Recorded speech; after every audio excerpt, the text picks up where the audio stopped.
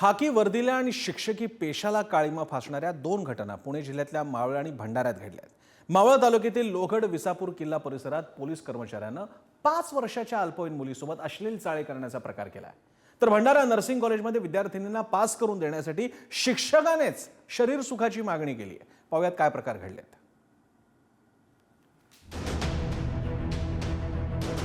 रक्षकच भक्षक बनल्याची घटना लोणावळ्यामध्ये घडली। नाव आहे सचिन सस्ते, पद पोलीस शिपाई। कर्तव्यावर असताना पोलीस शिपाई सचिन सस्तेनं दारू ढोसली आणि दारूच्या नशेत त्यानं 5 वर्षीय चिमुरडीसोबत अश्लील चाळे केले। आरोपी सचिन सस्ते ज्या लोणावळा पोलीस स्थानकामध्ये कार्यरत आहे तिथेच आता तो जेलची हवा खातोय। माझी पोरगी खेळायला गेली आणि खेळता खेळता म्हणजे याने बाजूला नेऊन तिचे असं छेड काढले आणि तुम्ही कायद्याने जर असं करत असाल तर आम्ही कायदा मागायचा कोणाकडं।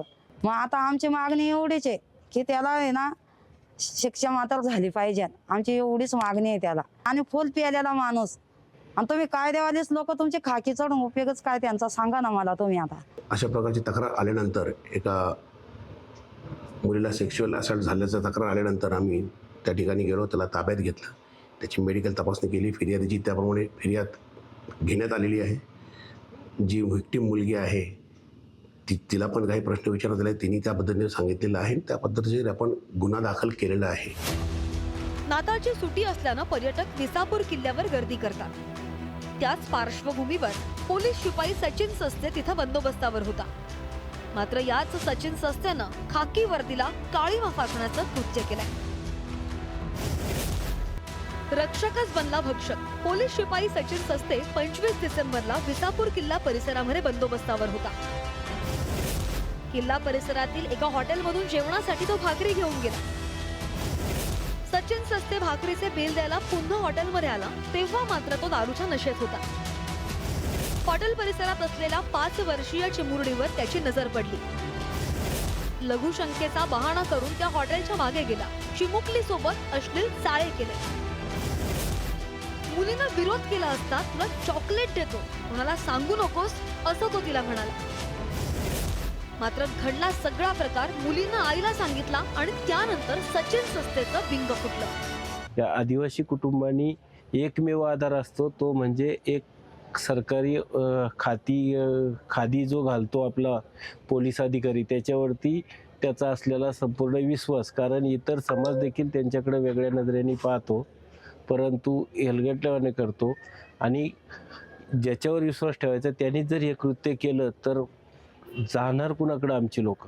रक्षक जर भक्षक होत असन, ज्यांच्या जीवावरती जर महाराष्ट्र आणि देश जगत असन आणि तिथं जर आपण या ठिकाणी जर असं अतिकृत्य करत असन तर ज्यांनी हे कृत्य केलं असन त्याला खरोखर कठोर कारवाई झाली पाहिजे। त्याच्या आदिवासी समाज या नात्यानं मी सांगतो की त्याच्या 18 गुन्हा दाखल झाला पाहिजे। पहिली आमची सर्वात मोठी मागणी असेल।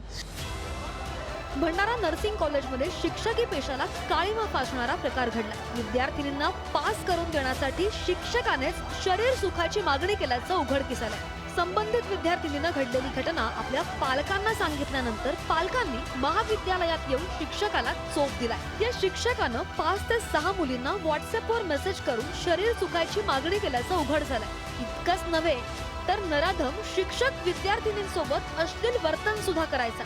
दरम्यान भंडारा पोलिसांनी शिक्षकाला बेड्या ठोकल्या।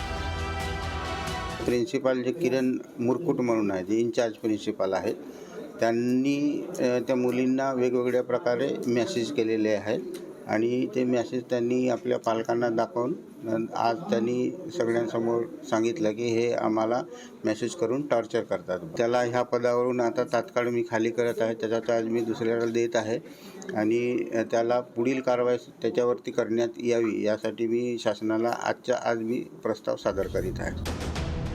मावळ आणि भंडाऱ्यामधील घटना बघता आपल्या पुरोगामी महाराष्ट्रात अगदी घडतंय काय असा प्रश्न उपस्थित होतोय।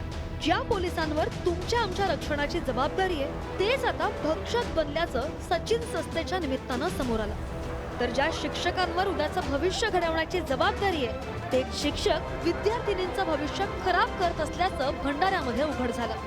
त्यामुळे आता पोलिसांनी या दोघा नराधमांना चांगलाच धडा शिकवला पाहिजे। मावळहून सागर शिंदे आणि भंडाऱ्याहून अक्षय खोब्रागडे, पुढारी न्यूज।